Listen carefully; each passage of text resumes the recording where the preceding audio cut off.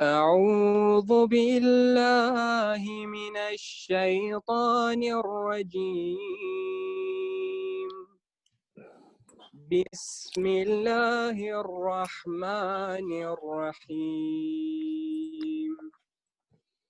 الحمد لله رب العالمين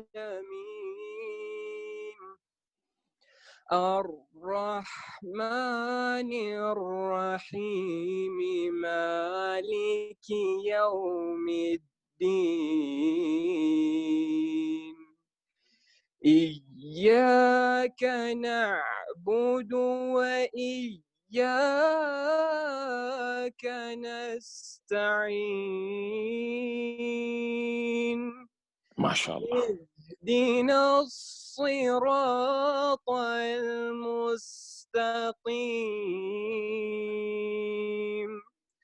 صراط الذين أنعمت عليهم غير المغضوب عليهم ولا الضالين.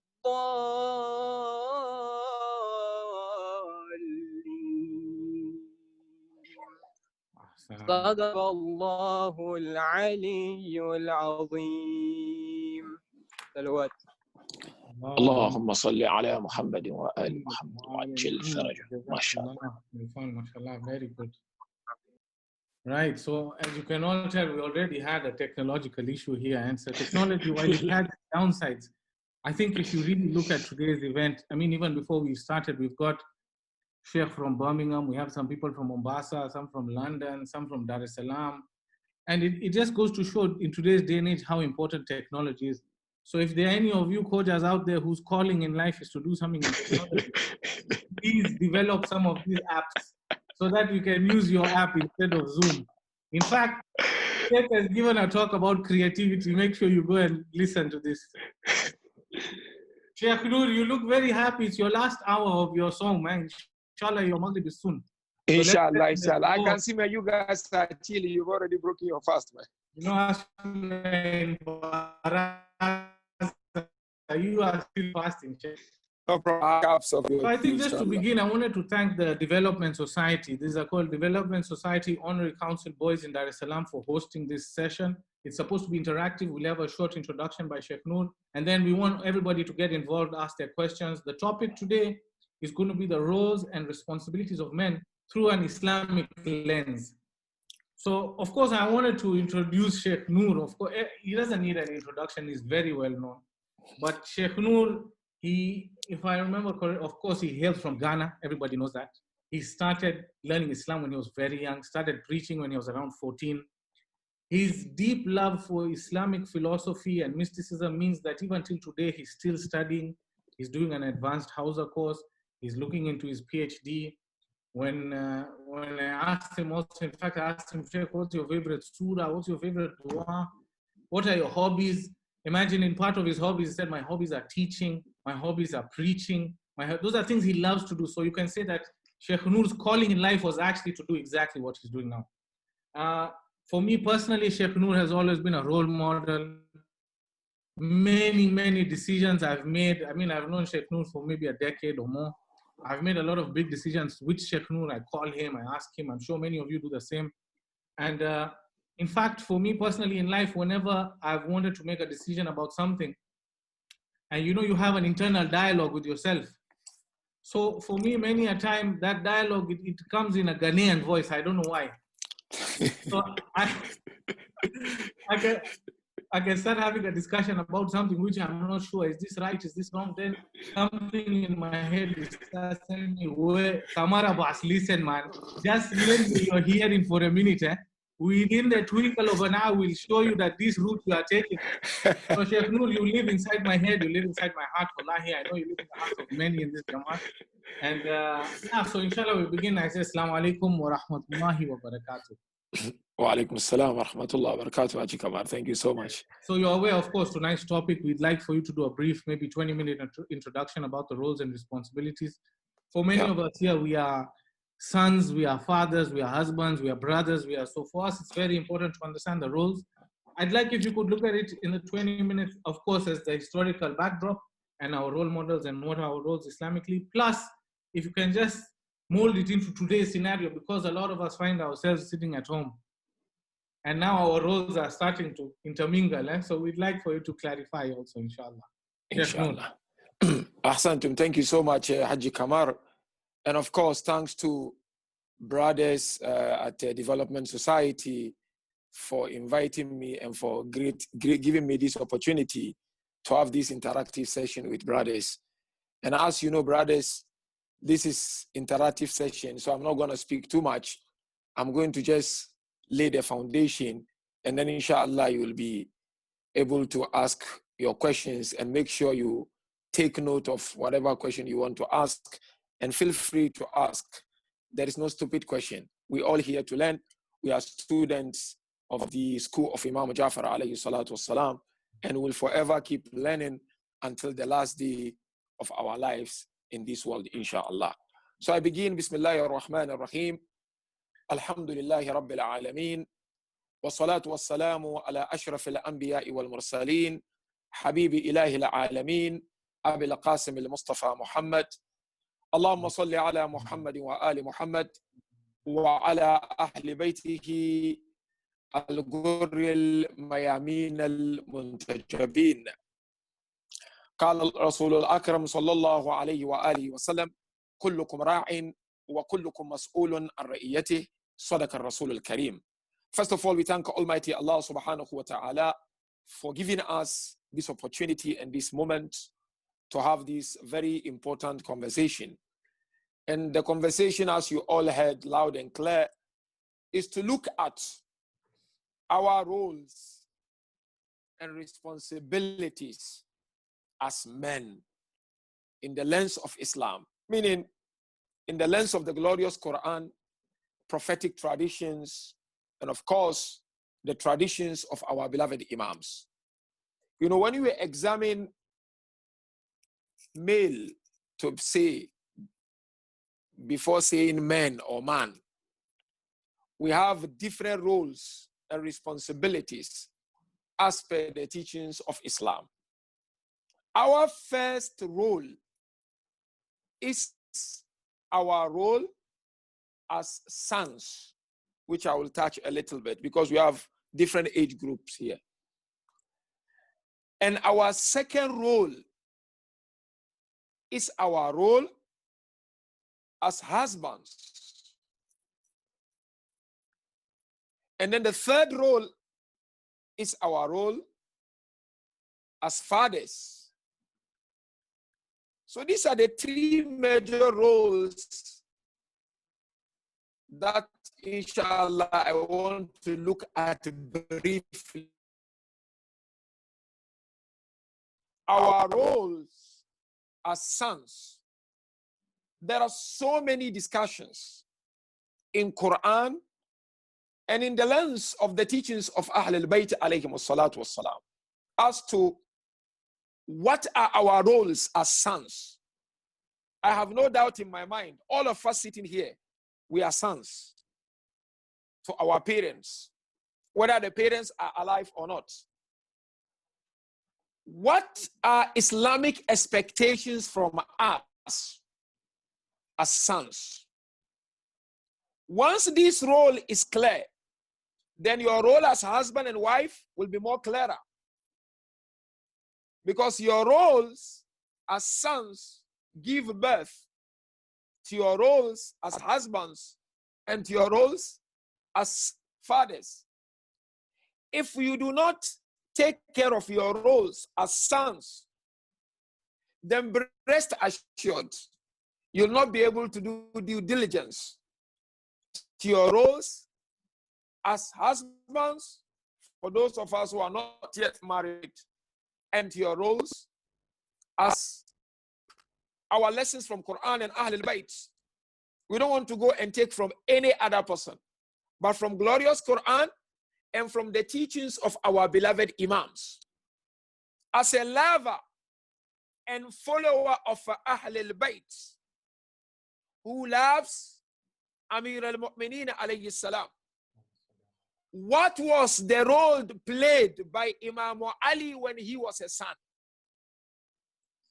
I really want to take this opportunity to remind myself first and foremost, and to remind each and every one of you of that role played by Amir al-Mu'mineen alayhi salam when he was young, when he was of my age and your ages.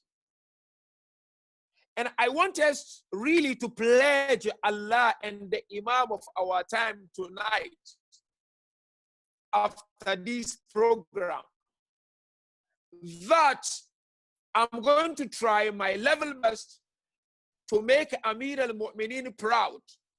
As a son, I'm going to Mu'mineen alayhi salam. The first role that Amir al-Mu'mineen played is the role of knowledge acquisition. Islamic knowledge. And all of us are doing well when it comes to our dunyawi knowledge. Amir al-Mu'mineen alayhi salam, when the Holy Prophet of Islam took him from Hazrat Abu Talib, the role he played was to acquire knowledge from Rasulullah. Yes, Imam is Ma'asum, no doubt, but he is my role model and he is your role model. Not any hip-hop star or any celebrity. Your role as a son in your house is to acquire the understanding of your religion. That is key, and that is crucial, and that is the point of departure. And I'm sure you'll have questions to ask later. Your second role and my second role as a son is to put up the best of all akhlaq and behavior. It begins in the house. If house is taken care of properly, outside the house will be a walkover. Don't try to please people out there. Don't pretend. Just be yourself in your house and portray the best of all akhlaq. Amir al-Mu'mineen alayhi salam, being ma'soom, he portrayed the best of all akhlaq, only with whoever came next to Amir al-Mu'mineen alayhi salam. Because you know what?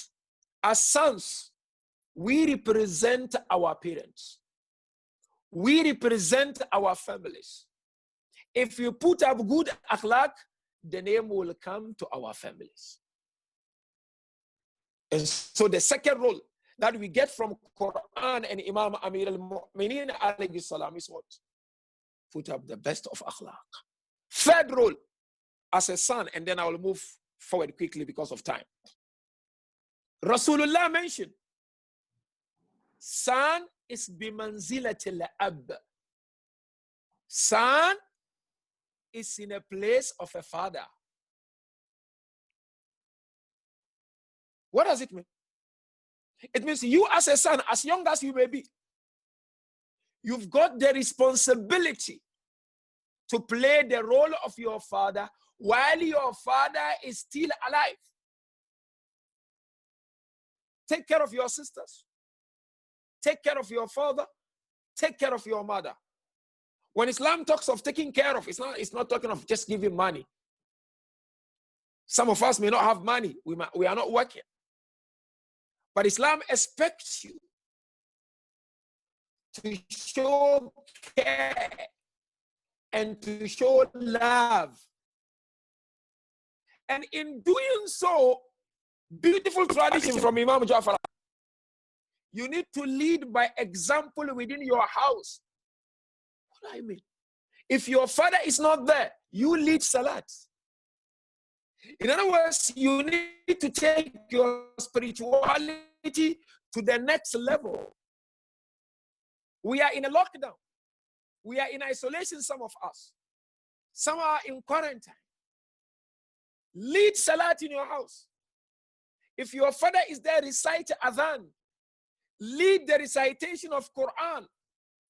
And I tell people, this is the time to do it in the house rather than listen online.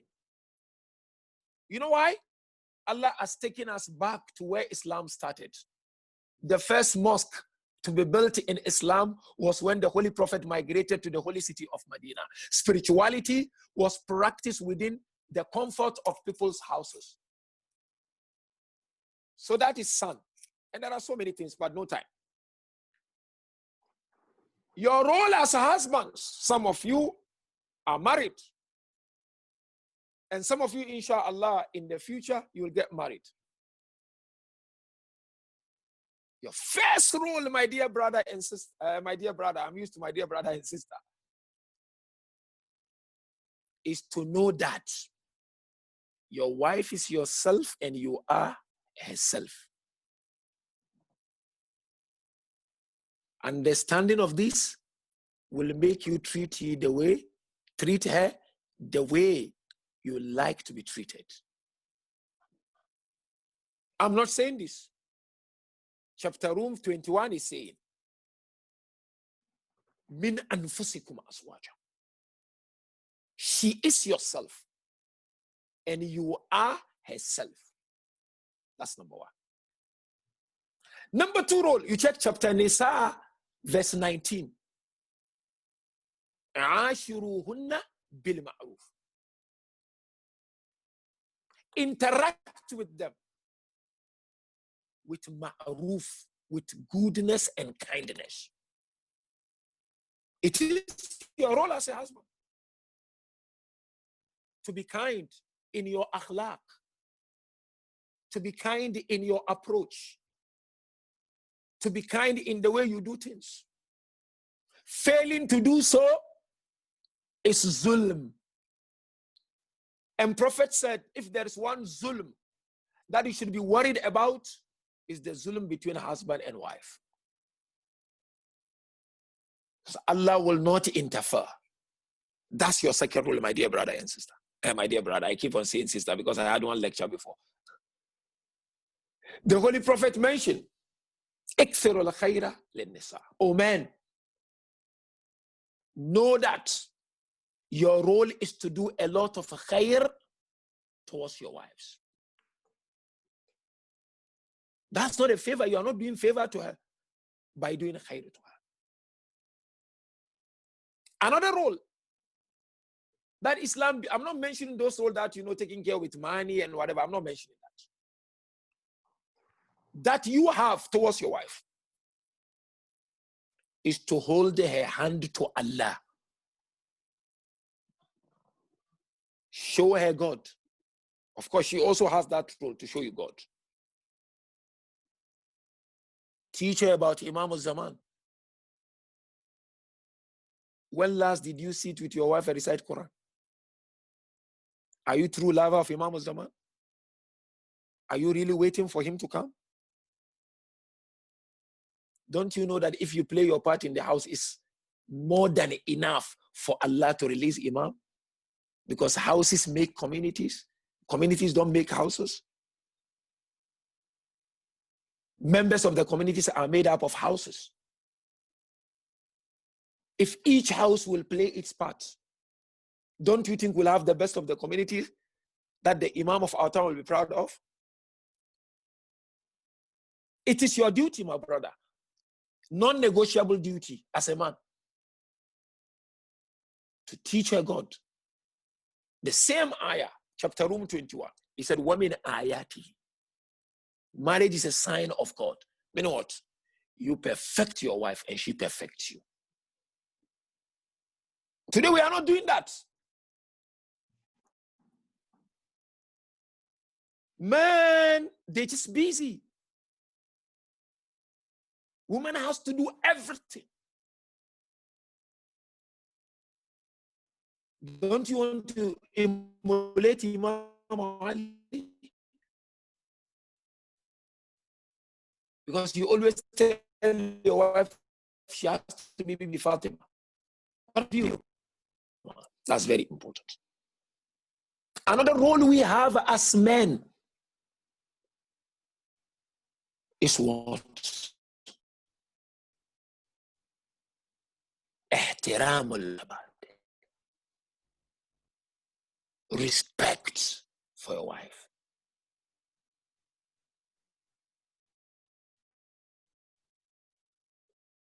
It is not a role to cook. You know that. But they're doing it. You have to honor her. You know what the Prophet said? It scares me as a husband. He said, no one respects woman except generous in the eyes of Allah. And no one disrespect her except a wretched servant.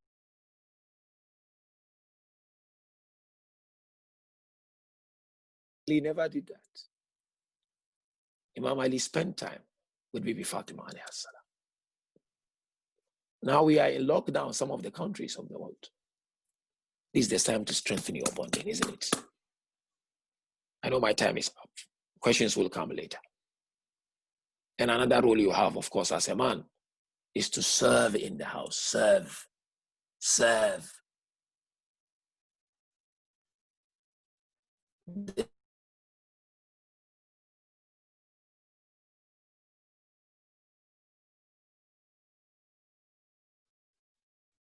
When a woman serves her husband, 8 doors of heaven will be open for her, and Allah will ask her to enter from which she wants. Saying that when a husband offers a glass of water to his wife,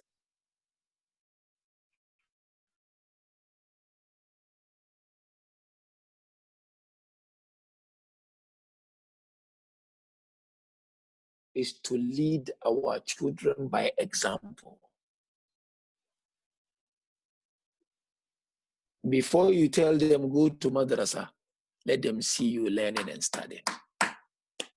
Otherwise, it defeats the purpose. Before you tell them do ziyarah, let them see you doing the ziyarah.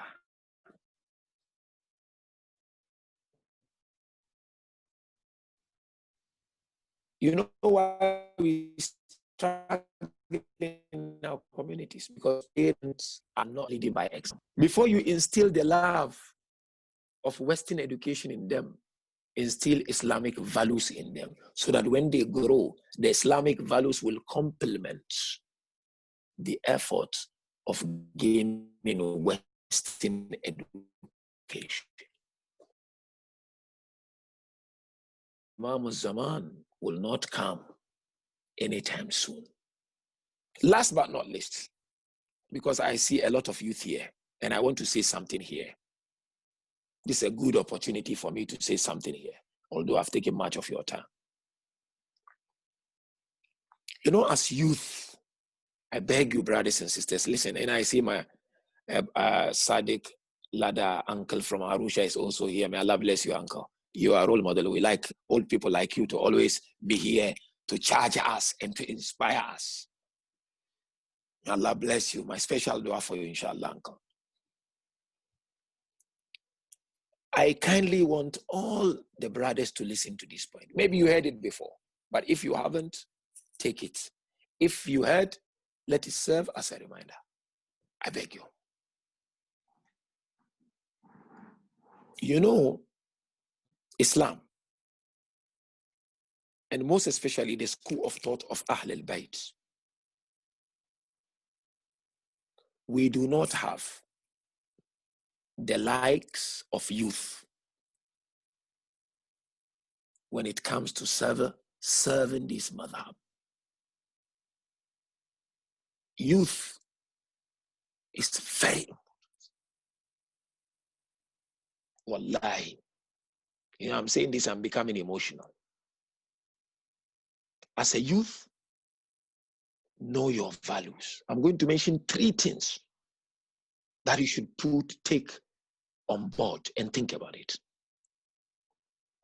You know, Imam al-Baqir mentioned during his lifetime, and he said to one of his companions, he said, go around. When you come across a Shi'i youth who is not disciplined, bring him to me. I, Baqir, will discipline him. You are the future, not only of your community, but the madhhab of Ahl al-Bayt. Wallahi, if we don't make good use of this stage, believe me or not, we will live to regret. You can achieve whatever you aspire to now, not tomorrow.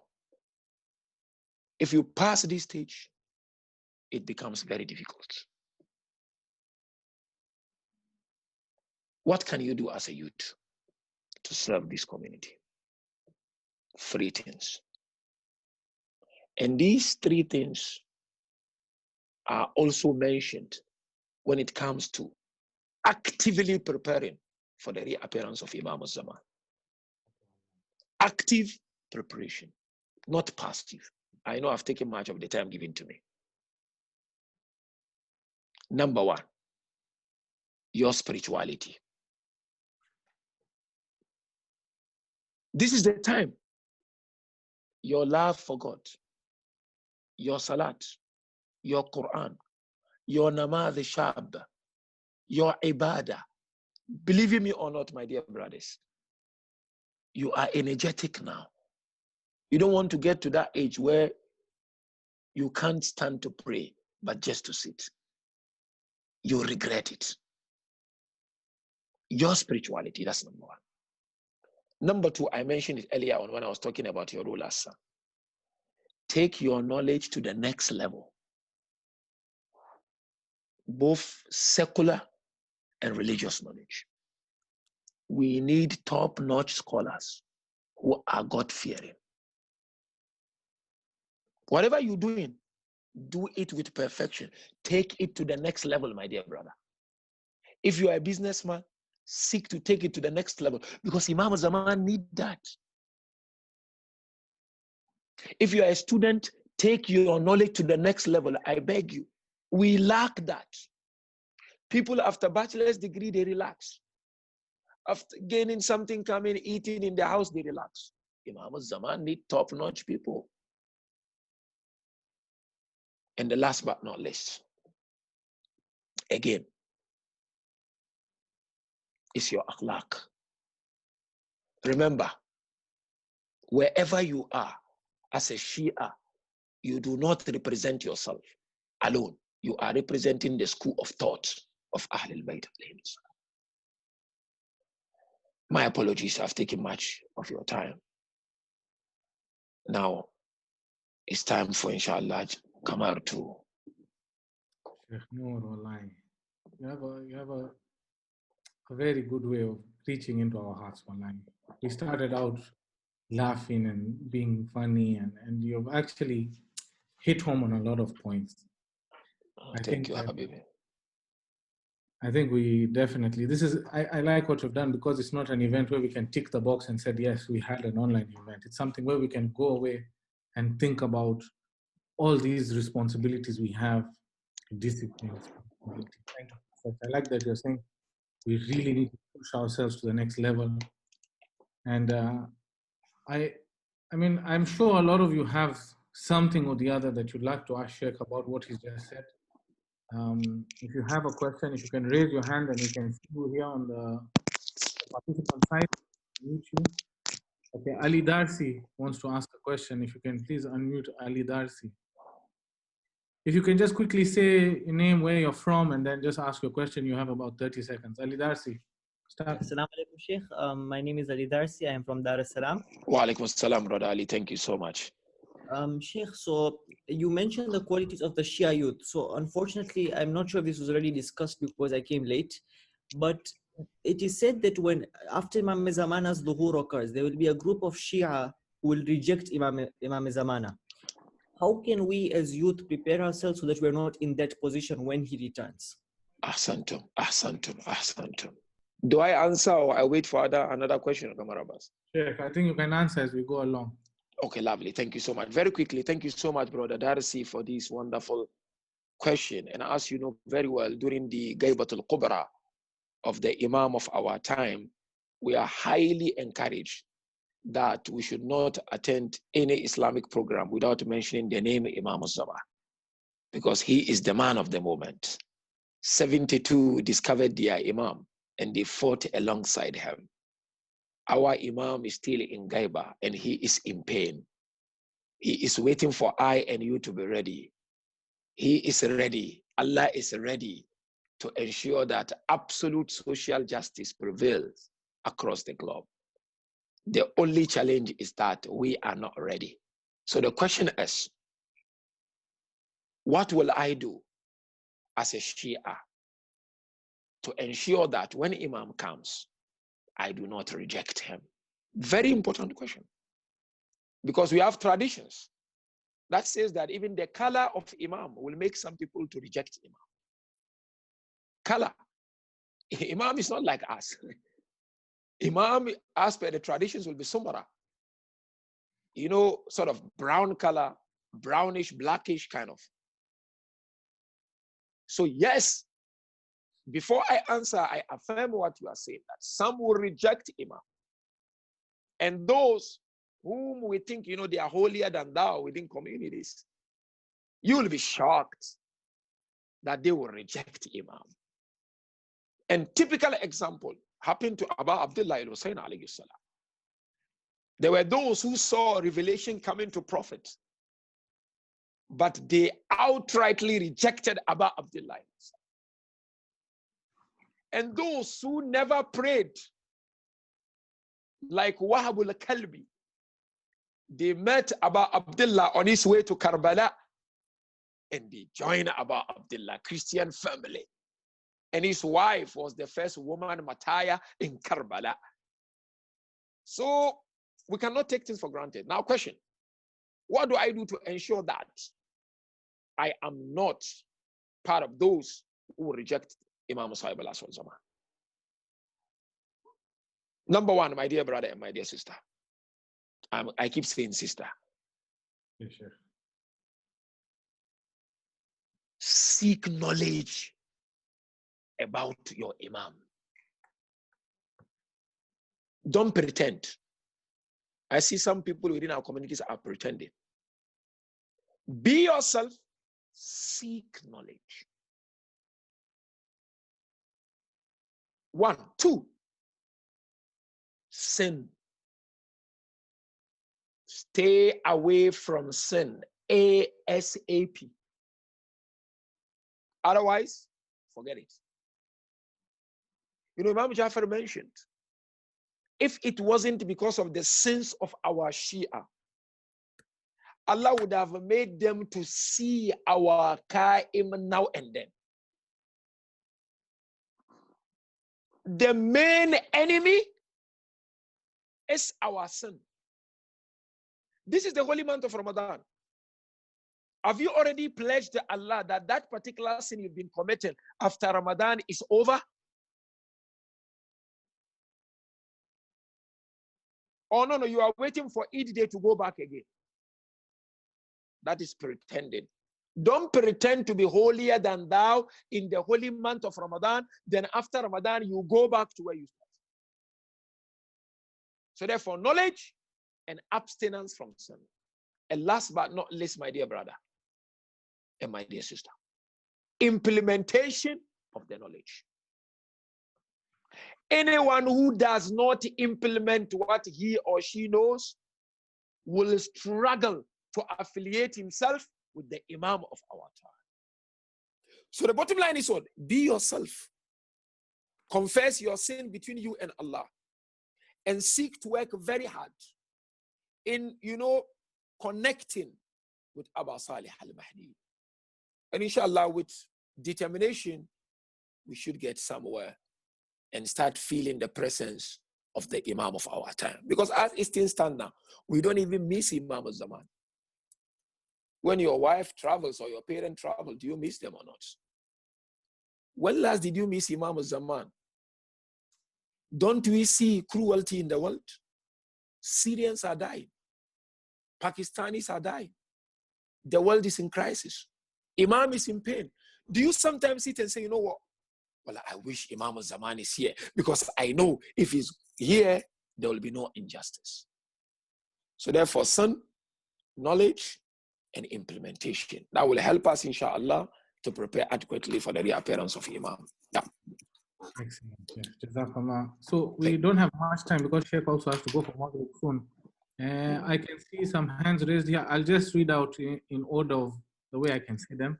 So maybe if you can unmute Muhammad Raza Ismail. MashaAllah. Rather, just start with your name, where you're from, and then you have around 30 seconds to ask your question. Assalamu alaikum. My name is Muhammad Raza Ismail. I'm from Dar es Salaam. MashaAllah. Wa alaikum salam wa rahmatullah. Thank you, Sheikh, for that amazing speech.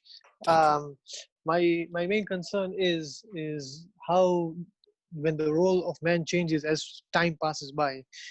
Previously, it was more like, as we're told, that as a man is there to earn, a woman is there to take care of the house. Now the trend is changing more towards man has to earn, and women also have to be empowered to also earn. Yeah. So when this kind of changes happen, how do we adapt to these new changes in knowing what is the right course for the current time? Thank you so much. Very valid question. And quickly, because of time, I will not take much time in elaborating so that we can allow others to ask their questions.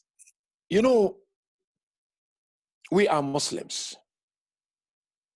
We're not just Muslims. We are Shi'ani Ali ibn Abi Talib. Ahlul Bayt are our role models. Why? Because we take from them. We look up to them. Irrespective of whatever, we look up to them. And I totally agree with you. Things have changed. But how do you go about it? Is to go back to Islam primarily. What does Islam says? Primarily, Islam says, irrespective of whatever the condition and situation, it is the responsibility of the husband to provide for his family. Primarily. So underline the word primarily. Provision of what? Accommodation, food, health, and clothes. Based on your capability. Even if your wife happens to be the richest woman of the world, it is your duty. Unless if she tells you, you know what, let's share, I will help you. It's your responsibility, it's your duty. Nothing will stop that until that woman says, you know what, don't worry. Now question, what of a situation whereby, you know what, you mutually agree, both of you are working, she's bringing 50, you are bringing 50, like where we are living now in this part of the world. It's part of the law, it's part of the constitution, that everything has to be 50-50, and it's also in Africa, sort of. How do you go about it? It has to come from you and your wife as individuals. You know, one of the causes of divorce today is what? Both husband and wife are working same hours every single day. They don't have time to work for their marriage. So it's so important that if you are working and your wife is working, make sure there is some sort of flexibility in terms of timing so that you are able to reach out to your marital relationship. I give an example. Last 2-3 years, couple came to see me in my office and they told me, Shk Nuru, we want to divorce. And I asked them why. They said, Jess, we don't love each other anymore. So I asked them, are you fighting? They said, no, we are not fighting. And I said, why? They said, because we are working around the clock, each one of us. We never had time ever since we got married. And their marriage was only 1 year. They said, so we lost that love. I would go out early, I would come back late, and he would do the same. So therefore, you working together, make sure you sit together, you agree. And most especially when children are involved, it becomes very, very difficult. So therefore, my straightforward answer to you is that sit together, discuss how we're going to go about it. Remember, marital relationship is not just about money. Money is part of it, but it's not just about money. You need to invest your time. You need to invest your intellect. You need to invest your emotion. You need to invest your love. Otherwise, the love will not grow. It will fade. You will have the money and you will not enjoy the relationship. May Allah forbid. Ahsantum, Sheikh. I can see there are quite a few people who want to ask questions. So let's go to Muhammad Hussein Raza. Oh. Thank you. Assalamu alaikum, Sheikh. Alaikum assalam, Muhammad Hussein Raza. Thank you. So I'm also from Dar es Salaam, and I just noticed your impressive book collection at the background, mashallah. Thank you I so just much, wanted to- Habibi. I just wanted to ask in relation to the point that you said regarding gaining knowledge about our Imam. Is Yeah. there any book that you would suggest for someone wanting to increase their knowledge about the current Imam that they Thank can read? you. Fantastic, fantastic. This is really very, very important question. Alhamdulillah, scholars have done well in compiling and writing books when it comes to the awaited savior in different languages. Of course, here we're talking of English. So inshallah, we'll share some materials in English, which inshallah will help us to know more about the Imam of our time. You know, we always have to try, brothers, to start small. Start small, and then slowly but surely you take yourself to the next level. When you start big, like reading big philosophical books, you'll get tired of it, and then the bridge that you are building will collapse. So the first thing, or the first book rather, which I will really encourage brothers and sisters to go for, pick up a book. Now listen to this very carefully. That discusses the entire biography of Ahl al-Bayt. First, read about all the Imams first. It's so important.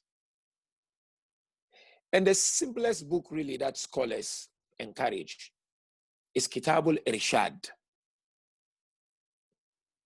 This talks about all our Imams, including the 12 Imams. You know, as you read about our Imams, you will come across their teachings about the Imam of our time. I always tell Shia, do you love all Ahl al-Bayt? He said, yes. I said, okay, why you've not read cover to cover book about them? Simple biography of Imams. So that's number one. Number two is specifics. There is a book written by a Sheikh Ali Kaurani, if you write that name. It's in English.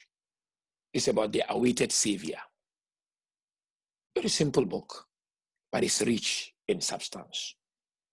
That is also important. And of course, I've got my own scholar, one of my teachers rather, is a Saudi, but he taught us in Qom. Sayyid Munir al-Khabbaz. Sayyid Munir al-Khabbaz. He has also an amazing book. And the title of the book is In the Shadow of Imam Mahdi. So these are some of the books that, inshallah, I will suggest that you try to look into. And Ansarian, of course, has also some books about Imam al-Zaman, you know, small volumes of books of Imam al-Zaman that, inshallah, brothers will read and try to understand. And in general, if you want more, then you know where to go. Go to alislam.org. You know, they've got so many books on Imam al-Zaman, and alhamdulillah, alislam.org is one of really very trusted, you know, channel or website that we can go and get some good books and lectures on the Imam of our time. Yeah. I think that was an excellent question. I also think the DS team, if you guys can maybe make a note of those books and then you can just send it out to the guys, you have their contacts. Yeah. Who's interested, then we have also here Ali Naki Ismail. Ali Naki. Ali Naki. Assalamu alaikum, Sheikh. Wa alaikum assalam wa rahmatullah, Ali Naki. Oh, mashallah. Ali Naki. Oh, that's Abbas's brother, man. Ali Naki, yeah. Yeah? Okay. So my question is, you know, sometimes we make a promise to ourselves or we decide that we're going to stop this particular sin or we're going to get more religious. And then come a few weeks or even like if it's in Ramadan, after Ramadan, you start to lose motivation to stop these sins or to get more religious. How do we keep that motivation in us for a long time? Very good. Thank you so much. How do we keep the momentum going? You know, the holy month of Ramadan is like Hajj or Ziyarah. You know, Hajj is unique in its features. Ramadan is unique in its features. Ziyarah, when you are within that vicinity, it's unique. This is what scholars call you are in a divine ICU, intensive care unit. So the holy month of Ramadan, we are all in Allah's intensive care unit. That's spiritual and mystical intensive care unit. Naturally, whatever you are able to inculcate or develop in Ramadan or month of Ramadan, you will not be able to continue with everything really. But Islam expects you not to go back to where you started, but to be able to keep something with you in going forward. So I'm going to share with you some practical approaches or tips on how to go about it. And inshallah, it will help. Number one, have a friend cycle who are like-minded. Use your WhatsApp group to remind each other of God and what you have learned and developed in the holy month of Ramadan after the holy month until next year Ramadan. You see, Quran said, "Ta'awanu 'ala al-birri wat-taqwa, wa la ta'awanu 'ala al-ithmi wal-'udwan." Assist each other in gaining what? Righteousness. So get like-minded. I'm particular about like-minded people, because not everyone wants to continue. And I'm mindful of the fact that we all have struggles. Myself, I struggle to continue with the pace I developed in the holy month. So what I do, I've got a group of scholars that are like-minded to me. And we always advise each other and remind each other. And we share experiences as to how we manage to continue with certain pace. So that is very, very important. You need, like, you could be 3, 4. Sometimes no, you'll say, no, you want to do it within family members.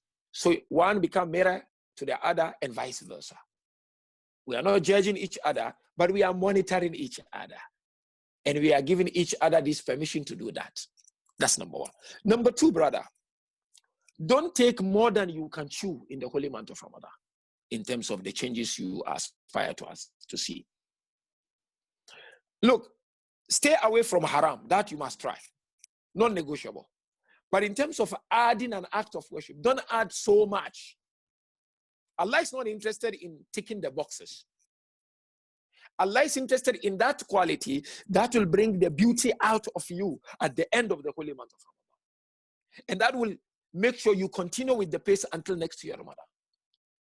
So say for instance, you want to improve the quality of your Quranic understanding. Just work on that throughout the month. It's more than enough with Allah Tabarak wa Ta'ala. Because sometimes the reason as to why we are finding it difficult is because we're taking so much. Yes, do much, but say, you know what? I'm particular about this one, this Quran or Namaz Shabda. That's also very important. And the third practical tip I want to share with you is that pledge Allah after Ramadan to say, Ya Allah, if I go back to where I was, I will feed 10 orphans. These scholars, Ayatollah Bahajati, days to advise on something like this. That, for instance, in the holy month of Ramadan, my salat is on the dot, is on time. Ya Allah, after the holy month, if I miss one salat on time, I will pay 10,000 shilling to an orphanage. Oh no, Ya Allah, if I miss it or I go back to haram, I will pray 100 rak'at in 1 month. So nazar is not only when you want Allah to fulfill your legitimate desire. Put yourself in discipline. You have to discipline yourself. And inshallah, with this, I'm sure you can get somewhere, inshallah. And you'll be able to continue with this pace. But mind you, what will make it difficult for you are sins. So Imam Ali said, instead of adding more, work on your sins. Once you manage your sins, you will fly, my brother. May Allah make it easy, inshallah. We still have some time, Kamar. You can allow them to ask questions, sir. Yeah, no, I really like what you've just said. I want to repeat it in another way. So that I like the fact that what you're saying is pledge that you're going to do something. So let's say it's praying awal waqt. I'm going to do this. And then what you're saying is then you make that your target. If you don't hit that target after Ramadan, yeah, you reprimand yourself or your punishment is still something good. You're still saying, even if I don't manage, but I will feed orphans, or I will pray more rakats, or I will. The punishment is still a benefit to yourself, huh? Absolutely. It's a benefit because orphans will get something and you will also cleanse your soul. But that doesn't mean some of these young characters here say, it's okay, I didn't pray, at least orphans are enjoying it. La. You know, when it comes to wajibat, it's wajibat. The orphans will not take. But of course, you doing it on time and doing the mass sharp is something that will take you to the next level, isn't it? No, I think we have been joined by another host of a show here, Ali Kims, you know, from Nairobi. Eh? Oh, mashallah. Brothers who do Kumail. Or vlogs. So vlogs. Yeah, if you can. I think Ali in the next 15 days will also be hosting Sheikh at some point, inshallah. Eh? Yeah, inshallah, that's the plan. Irfan approached me, so inshallah, I will seek to confirm. Inshallah. We'll put your link here on the thing for everyone to see, so maybe people can get information about your show. Now, I saw a few people here who had put their hands up for questions, but now they seem to have put them down. We have only maybe 3-4 minutes. If anybody continue, so until in the next 10 minutes, I'm okay. 10 minutes. So anybody else? I'm seeing some people you had put your hands down. Some people are putting their hands up on the video. I can see here, Mr. Hassan Sharif. You should put your hand up virtually, but it's good that you're also doing this. You can ask your question. Hassan Sharif. Assalamualaikum, Sheikh. Alaikum assalam wa rahmatullah, Hassan Sharif. Yeah, so I'm Hassan Sharif from Dar es Salaam. So, Sheikh, I was just, you had said that the Imam would like some top-notch professionals in our community. So I was wondering, is there any specific professions that are much more valued than others? And if yes, what fantastic. Thank you so much. May Allah bless you. May Allah bless you. Really, this is a good question. And of course, there are so many detailed discussions on this as to how do we take our professions to the next level before the reappearance of the Imam of our time. And so, of course, let him repeat what I said earlier on so that I can put the whole thing into perspective properly. At least we take something out of this baraza, to think about it. I think it's crucial, inshallah. And I thank to those, Brother Rashid and all those who organize this program. I think I'm also enjoying it and benefiting from it. When it comes to profession or study, as I said earlier on, it doesn't matter whether religious or non-religious studies. But what is important is let your non-religious study be informed by your religious understanding, your love for Allah Tabaraka wa Ta'ala. The current challenge we have, of course, it's a challenge, which some they don't want to admit, but I think it's a challenge within Muslim communities, not only within the Shia communities, that those who manage to excel in their secular studies, some of them tend to claim custodianship of Islam.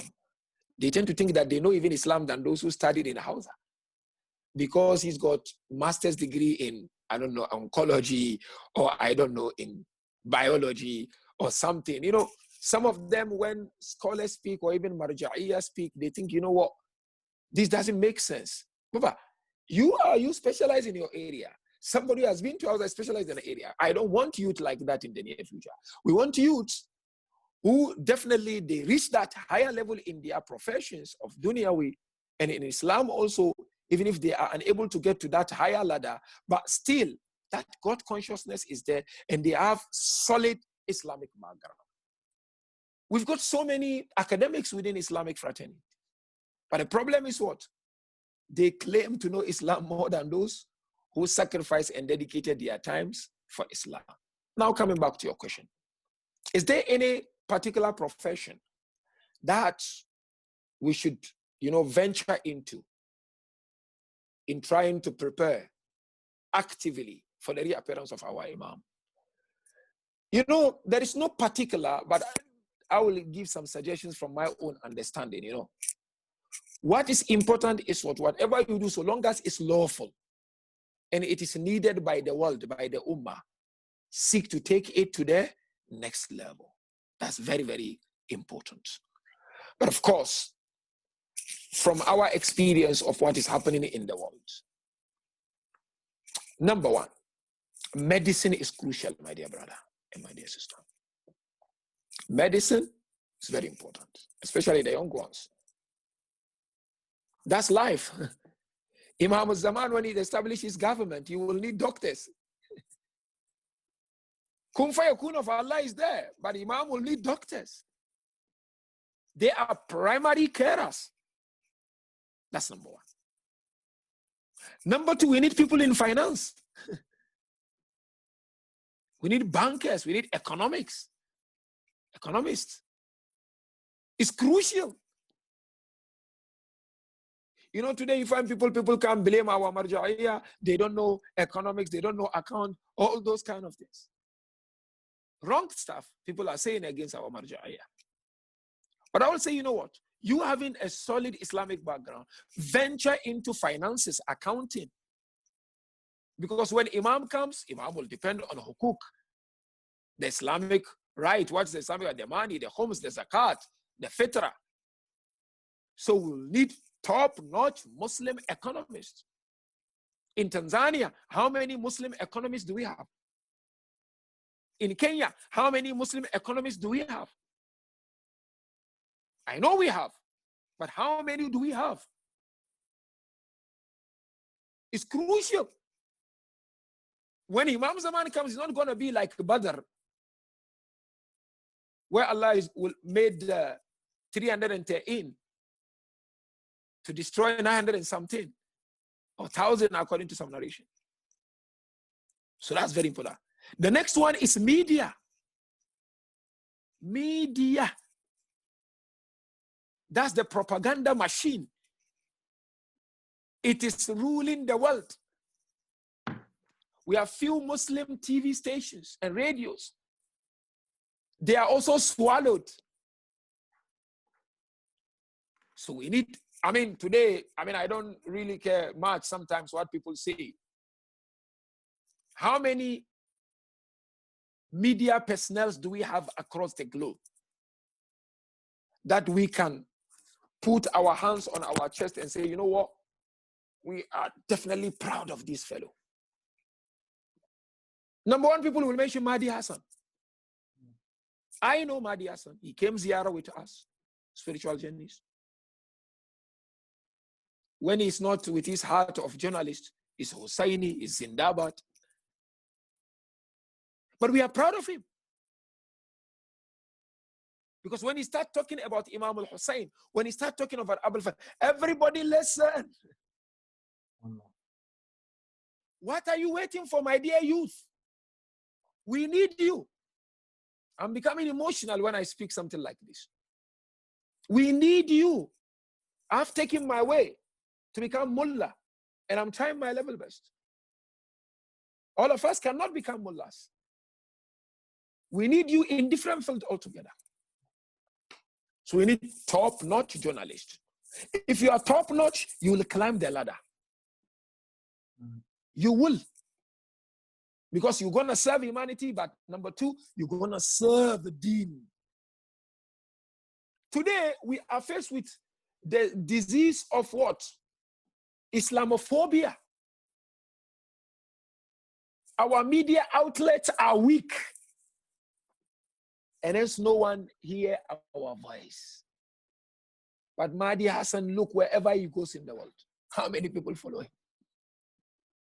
Of course, we have here also, there is a lady called Fatima Manji. Manji, originally from Mombasa, a parent but born in the UK. Her sister even lives in Dar es Salaam. I forgot her name.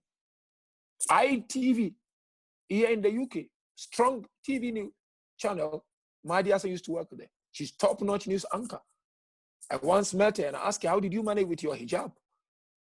She said, yeah, it wasn't easy. Even when I started in my Muslim communities, I was attacked. But I said I wanted to get there. Yes, it's not easy. It's easier said than done. But if we try, I promise you we'll get there, my dear brother. So media or journalism, crucial. So that tomorrow we can have our own media outlet, our own top-notch radio station. Alhamdulillah, we've got Ahlul Bayt TV there for the purpose of spreading the message of Ahlul Bayt. We have ITV, IBN TV in Dar es Salaam and other places. Safiri TV now is dead. We need more.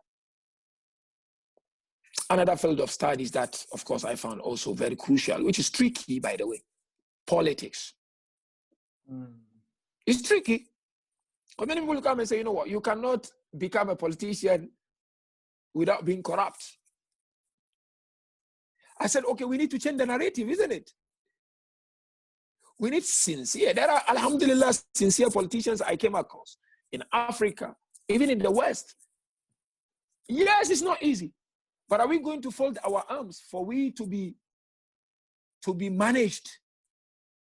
We need to be there to know what's going on.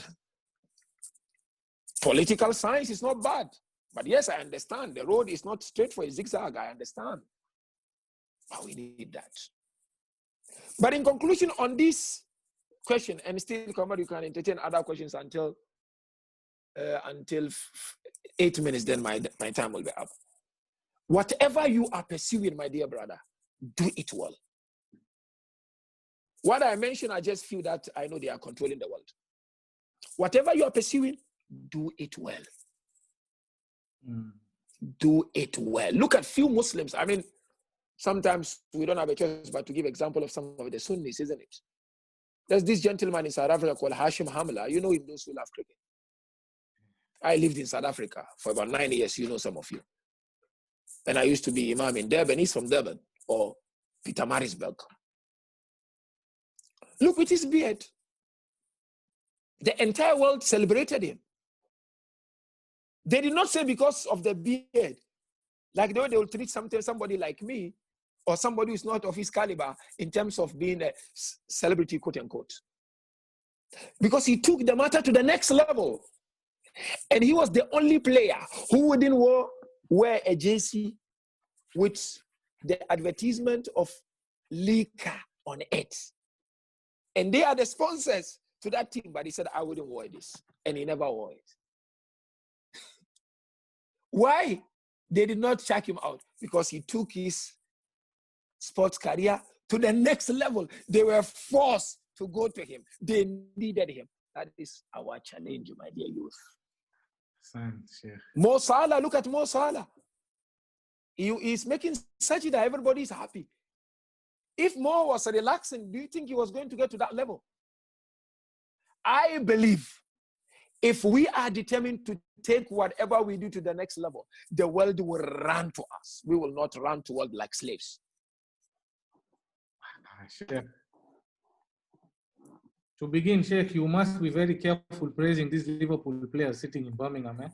Yeah, because I'm not a Liverpool player. I hate Liverpool for that matter. Don't say that. I'm Chelsea, man. You're talking about the importance of politics. In fact, even we know some mullahs, they can be very good politicians. They must also move forward. Yeah, definitely. I can see people here who want. Do you want to wrap up, or you have time to answer some more questions? I've got for another 2-3 questions, and then I wrap up. Okay. My salat is in the next 6 minutes. Ali Kimji, if you can unmute Ali Kimji. Orovlogs. Habibi, salam alaikum. Habibi, salam, Orovlogs. You are in South Africa or in Kenya, bro? I'm in Kenya. MashaAllah, chilling with your family. Alhamdulillah. Smashing it. Habibi, a quick question, Habibi. Yeah. Something important for the youth, especially I feel personally. Now, we know we can never repay our parents for what they've given us. But now, Sheikh, a question comes. How do we get our parents to be more open-minded so we can talk to them and approach them with anything that goes on in our lives? Whether we're in university or wherever we are, and we want to approach them, but we don't know how to approach them because we don't want them to judge us, or we don't want... Yeah, thank you so much, Ali. Obviously, this is a very good question. I wish the parents are here also to listen to it, because it takes 2 hands to wash your hands properly. 1 hand will not be able to wash it the way it's supposed to be. But nonetheless, as they mention in philosophy, what you cannot achieve all, you cannot miss all. So, you know, this is a challenge that Ali Kimji has highlighted. There is a disintegration, if you like, between the older generation and the current generation. It's not only within our communities, but within our homes, within our houses. So my first humble advice to the youth before I give you maybe a practical tip on how to go about it, is to note that the generation of your parents is different from your generation. You are living in this global village. This is your time. Everything is on your fingertips. Their time, it wasn't like that. They had no access to information.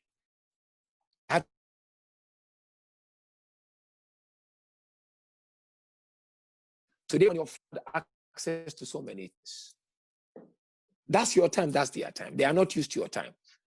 Their time is past. You are very inquisitive. Their time, if they would slap here, they will give them left to slap. Today, if somebody slaps you, it will be a big mayhem. So first, try to understand that it's not easy. Some parents may want to, but it's not easy. So how do we go about it? That's very important. Practical tips. Number one,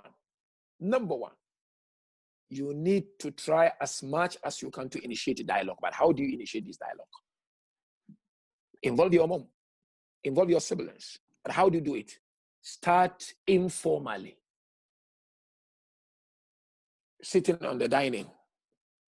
Bring random topic. Don't bring that topic which you differ with your father to begin with. Just come up with a random topic. And if you know of a topic that your parents are interested in it, as you're sitting in dining, just bring it. Or just bring something out of nowhere. You need to develop that first. Once that is developed, then it's easy to bring controversial issues to be discussed. And I'm a firm believer that that's the only way we can go. If we want to build a solid community, we need to encourage dialogue between children and their parents. But you have to start with patience. That's very, very important. And number two, which is very important, your parents, Habibi, don't expect them to understand what you understand overnight. So as they argue and they challenge, be patient, Sabar. Be patient. Just be patient. It will get there. But don't ever give up. Because if you give up, then you will have destroyed everything. So therefore, start informally, dining table, just bring any topic randomly, 5-10 minutes discuss, and ask them questions like that. And by so doing, inshallah. Or sometimes what you do, this is what I learned from community organizing. Once you sit there, so it's okay, fine. Tell me one hope do you have about this corona and one fear do you have, Father? So let each one of them sitting around the table say something. That's how you begin. And slowly but surely, you will find yourself getting there. But you need to be patient and Allah will help you, inshallah. Habibi or Roblox. I think we are going to wrap up now, Sheikh. I think you need to go Maghrib time. Thank you so much. Yeah. We also want to thank this development society for setting up this platform, inviting people. Thank everybody who came. Some people who still wanted to ask questions. You can engage with Sheikh on social media. You can also go to the DS team. You can write to them and they can also forward your questions. I think we go away with a few things here. One which came out very strongly was, let's push ourselves to our limits. Do our best in whatever field it is that we are in. Sheikh, I believe you are doing that. Thank you so much for the service that you provide the community. And if you can please remember, there are so many of our brothers and sisters who are unwell. If you can, during your iftar or just after Maghrib, if you can remember everybody in your du'as, inshallah. And with that, Sheikh, if you have any parting words, I just want thank you. Thank you. Thank you so much, Haji Kamar. And of course, thanks to Brother Muhammad Rashid and Development Society and Dar es Salaam Jamaat, for organizing this and for inviting me. It's indeed a great opportunity for me to interact with our youth, our future leaders. And my final, message to all of you, my dear brothers, and I keep saying sisters, is that, believe in yourself, but don't believe in yourself the way you are told by the media out there. Believe in yourself meaning what? Know your limits. Believe in yourself doesn't mean that you are absolutely independent, but believe you can do it, and sky is the limit. Try as much as you can to strengthen your love for Almighty Allah and Ahlul Bayt. Ahlul Bayt expect a lot from each and every one of you. And I know some of you here, maybe half of you here, I know you can do it. And I believe you guys can do much better the way we are doing, even as scholars. Because our scholars, we're just looking at one hole, but you can look at so many holes with your exposures. So please take this month of Ramadan as an opportunity. And inshallah, once I agree with Irfan Nanji on the day or the night, inshallah, I will be joining them on their Zoom discussion.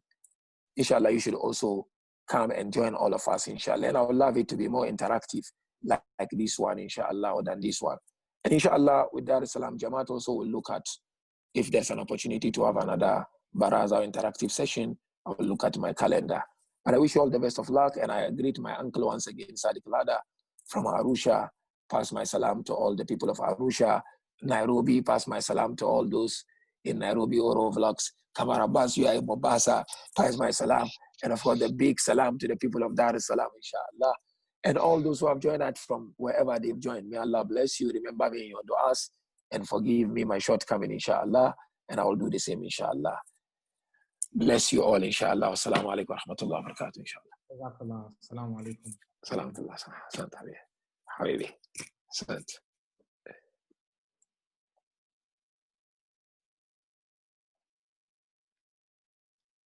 Sheikh, until you don't leave, we won't leave.